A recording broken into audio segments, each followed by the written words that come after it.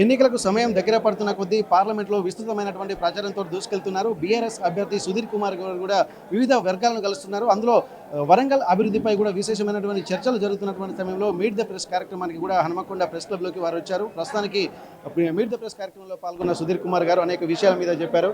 Sir, మీరు చెప్తున్నటువంటి విషయాలు ఏంటంటే చెప్పడానికి బాగానే ఉన్నాయి. ఎందుకంటే గతంలో వచ్చినటువంటి హామీలే ఉన్నాయి. విభజన చట్టంలో పొందుపరిచిన హామీలు కూడా ఎక్కడ అమలు కాలేదనేది కూడా వాస్తవం.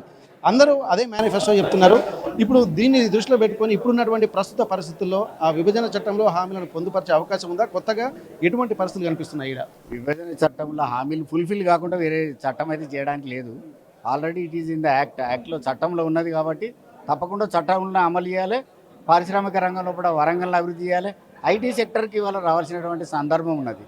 వీటన్నిటికీ మార్గం కావాలి కదా. పరిశ్రమల స్థాపనకు, మార్కెటింగ్కు, ఇవన్నిటికి వచ్చి రవాణా సౌకర్యం కాబట్టి ఇంటర్నేషనల్ ఎయిర్పోర్ట్ కంపల్సరీ రావాలి. వాళ్ళు ఏదో ఉడాన్ పెడతాము, ఏదో ప్రాంతీయంగా పోయేటువంటి యొక్క విమానాలు పెడితే కాదు. తప్పకుండా మేము కొత్త ఎయిర్పోర్ట్ అడుగుతలేము, ఉన్న ఎయిర్పోర్ట్ను పునరుద్ధరించమని.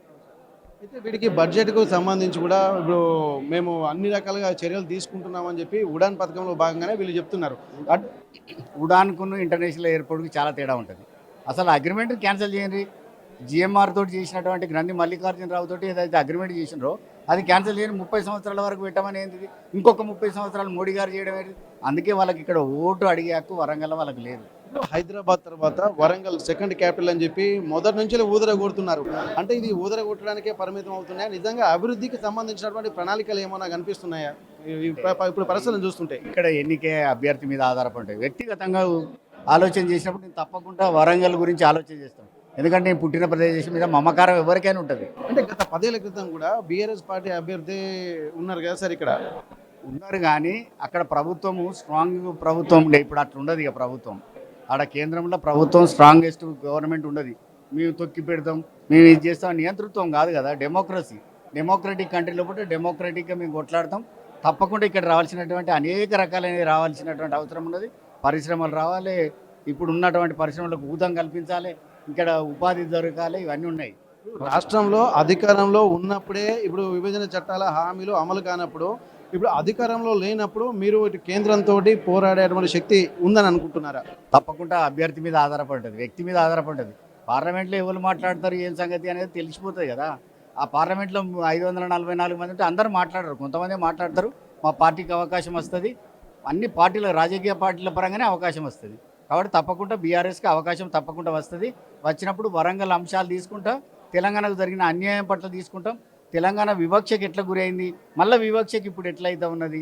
ఇక్కడ తెలంగాణ గ్రామీణ ప్రాంతంలో ఆర్థిక వ్యవస్థ మొత్తం దెబ్బతిన్నది ఇవాళ.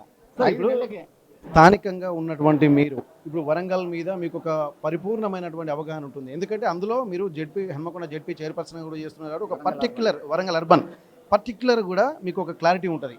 అటువంటి అప్పుడు మీరు ఈ విభజన చట్ట హామీలు కానీ ఇంకా మిగిలినవి కాకుండా ఇప్పుడు ఎందుకంటే అండర్ గ్రౌండ్ డ్రైనేజ్ సిస్టమ్ అనేది కూడా చెప్తున్నారు అర్బన్గా. ఇప్పుడు మీరు కొత్తగా రావాల్సినటువంటి అవసరం ఉన్నది, అండర్ గ్రౌండ్ డ్రైనేజ్ సిస్టమ్ రావాల్సినటువంటి అవసరం ఉన్నది. అసలు రూపురేఖలు ఇంటర్నేషనల్ ఎయిర్పోర్ట్ రానియండి, ఫస్ట్ వచ్చినాక వరంగల్ రూపురేఖలే మారుతాయి. వస్తుందని భావిస్తున్నారు సార్ ఈసారి అయినా? తప్పకుండా రావాల్సింది అవసరం ఉన్నది. ఎప్పుడు రాకపోయినా ఇప్పుడు రావాలి. Thank you sir. అయితే ఇప్పటి వరకు విభజన చట్టంలో పొందుపరిచినటువంటి హామీలు అమలు కావడం లేదు అని చెప్పి అంటున్నారు. తాము గుర్తించినటువంటి విధంగా ఇంటర్నేషనల్ ఎయిర్పోర్ట్ ఒక్కటి వస్తే ప్రతి దానికి కూడా ఒక డెవలప్మెంట్ యాక్టివిటీస్ చేసేటువంటి అవకాశం ఉందంటున్నారు. ఏది అయినప్పటికీ కూడా పార్లమెంట్ అభ్యర్థులు ఎవరైనప్పటికీ కూడా మాట్లాడేటువంటి శక్తి సామర్థ్యం ఉన్నటువంటి వాళ్ళ వల్ల మాత్రమే సాధ్యమవుతుంది.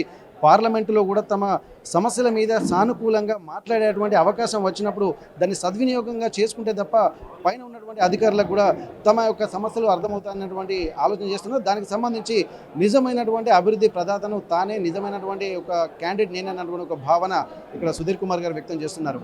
హన్మకొండ ప్రెస్ క్లబ్ నుండి కెమెరా పర్సన్ రాజుతో వెంకటరత్నం, RTV వరంగల్. నమస్తే అండి. ఇది వ్యాపారం గురించి కాదు, ఓటు గురించి. ఎన్నికల్లో ఓటు వేయడం మన హక్కు మాత్రమే కాదు, కర్తవ్యం. ఎంతో మంది మహా నేతలు శ్రమించి ప్రాణత్యాగం చేసి ఈ అవకాశాన్ని మనకిప్పించారు. అందరూ ఓటు వేద్దాం. ఎందుకంటే ఓటు హక్కు ఊరికే రాదు. నా ఓటు ఎవరికో తెలుసా? అది సీక్రెట్ అండి.